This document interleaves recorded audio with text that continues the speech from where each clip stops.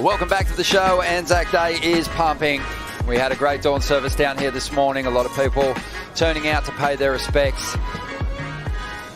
And then we got into competition, and it is...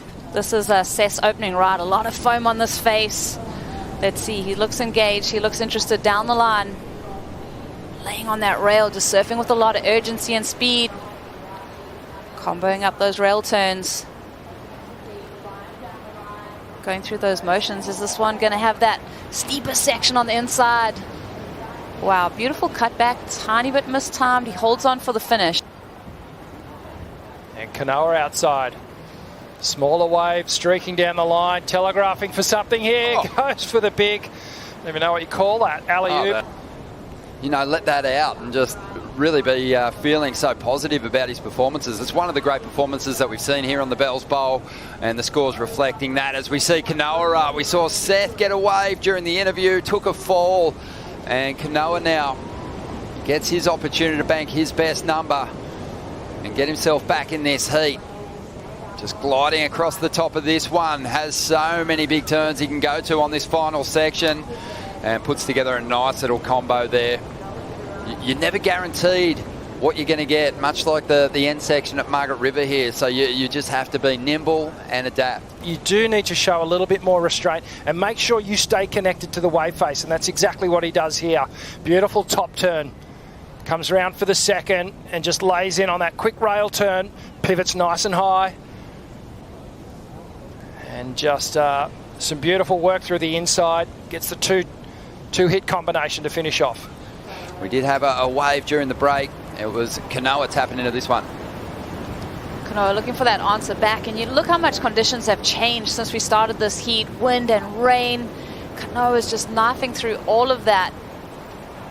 Like you said, important exchange this next one because they're so evenly matched with the sixes in their scoreline. This is the backup for Kanoa. Looking for that inside section connection. Like we said, just a hidden hope. Good free fall there. Approaching here. It looks like it's got quite a few waves in it. And we're going to see Seth up first. Draws off the bottom into that first section. Kind of transitioning to get himself into this meatier, steeper wall. Climbs up over the final section. 3 turns on the outside. Feels like he might need to really make something exciting happen on this final section to turn this into something substantial. And it's not going to happen. He knows it. It's a bumpy, lumpy, ugly situation on the inside for him, unfortunately. Yeah, I think Seth just knowing that the rhythm, the timing of the manoeuvres on that wave, even through the bowl section, were just a little bit off. It was almost a result of... And now Kanoa, well, he's on a much bigger wall. There's still more set waves rolling in, but Kanoa's so focused on what he's got to do here. A couple of nice combinations on the outside, mixing it up, goes to the grab rail. Rolling through, keeps that speed. This board, it just glides over these flatter sections. Gets a little bogged down there, but still has the speed to get a couple of turns done here on the inside, just tweaking on that tail. Pushing for all the points he can get out of this wave, trying to better a 6.53 to increase his lead here. Yeah, solid.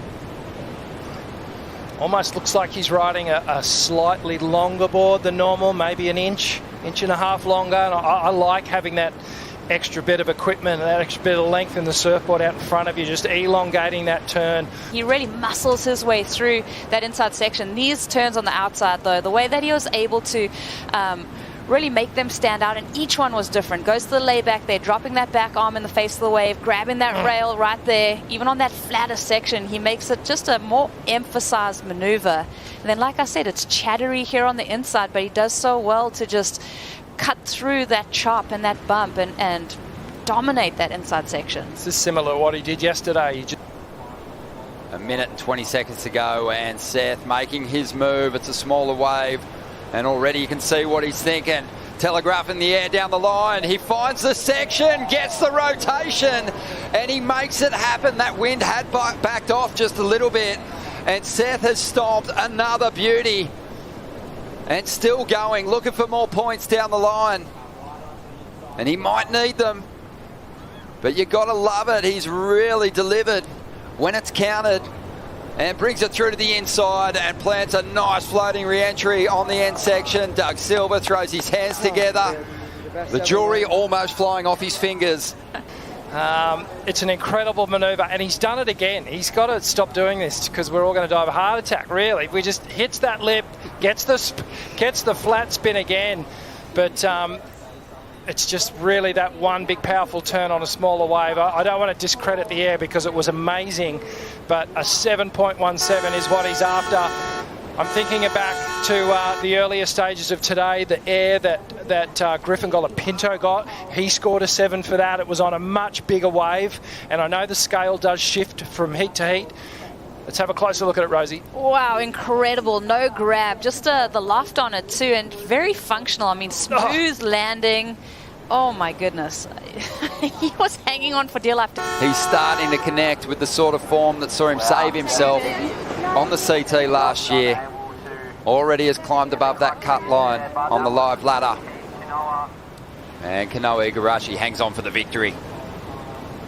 He's on his way to the quarterfinals, where he will meet Ethan Ewing.